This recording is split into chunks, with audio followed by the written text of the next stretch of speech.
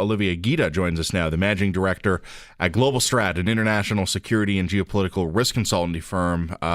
Olivier, it's great to talk with you again. I wish we had different circumstances, but London seems to have been a real hotbed lately. What are we hearing this morning locally about the state of the investigation? Overseas in North America, my colleague Cyprien and I have been noting we're not getting as much information about this attack as we've had of the other recent ones. No, I mean it's the police is quite mute when it comes to this attack. What we're hearing, as you mentioned, from witnesses is that the perpetrator was calling and yelling that he wanted to kill Muslims. A lot of things have happened in the past few months that were spelling out a potential attack from the possibly the far right, which might be the main lead that we'll have. As you mentioned, a few things. Finsbury Park Mosque is the most famous mosque in London because in the 1990s it was the hotbed of terrorism, not only in the UK but in the Western world, if you will. So it has this reputation. It has cleaned up its act a little bit since then, but there's been some talk about the Muslim Brotherhood trying to get inside the mosque as well. So for somebody that would like to send a signal or attack a mosque that used to be the hotbed of jihad, Finsbury Park is really the target. So I think that's one of the reasons why people right away deemed it was terrorism more than any other targets in the region. At the same time, as you mentioned, the UK has been hit with 3 major terror attacks in 2 months, and exactly from what Islamic State wanted, it had pushed some far-right people to call for violence. So this is, as of now, if this proves to be a terror attack, which I think it will,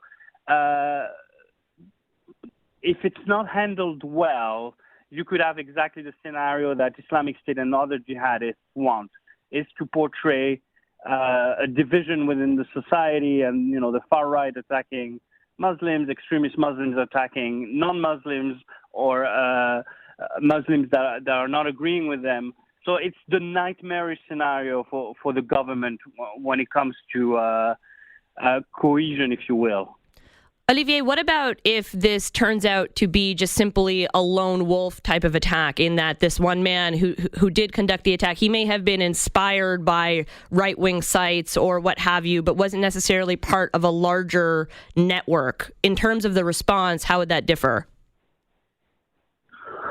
Not much. I think unfortunately, in the larger scheme of things, the symbol of the attack, and whether it's a lone wolf or not lone wolf, will have a huge impact in terms of, on the Muslim community side, on mostly what are called the mainstream Muslim organization, but are controlled by extremists. In fact, they will use that as a major victimhood issue, and they will push for, in a way, of a more division between the two.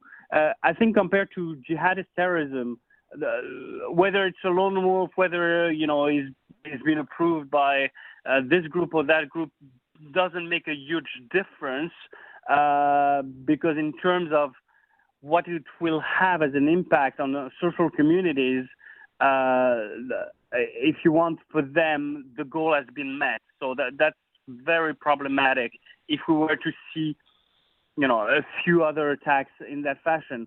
But especially what needs to be underlined is how the government needs to tackle this, because extremism on both sides needs to be tackled. But Absolutely. For a lot of people, they're looking at this and saying, look, what has the government done? I mean, we've had 3 attacks in 2 months. If the government is not proving to protect us, we'll do it ourselves. We will take up arms. Yeah. And that's the exact scenario that Islamic State is looking for, and that's what we've seen in France in 2005 during the riots. Absolutely. You have, unfortunately, all the hallmarks of a society that within 10 years could be into a civil war. Yeah, you know what? I was thinking that last night. Obviously, we hope it doesn't come to that, but the thought had occurred. Olivier, thanks so much as always. Really appreciate your time. No problem. Thank you. All the best. Olivier Guida here from London, joining us here.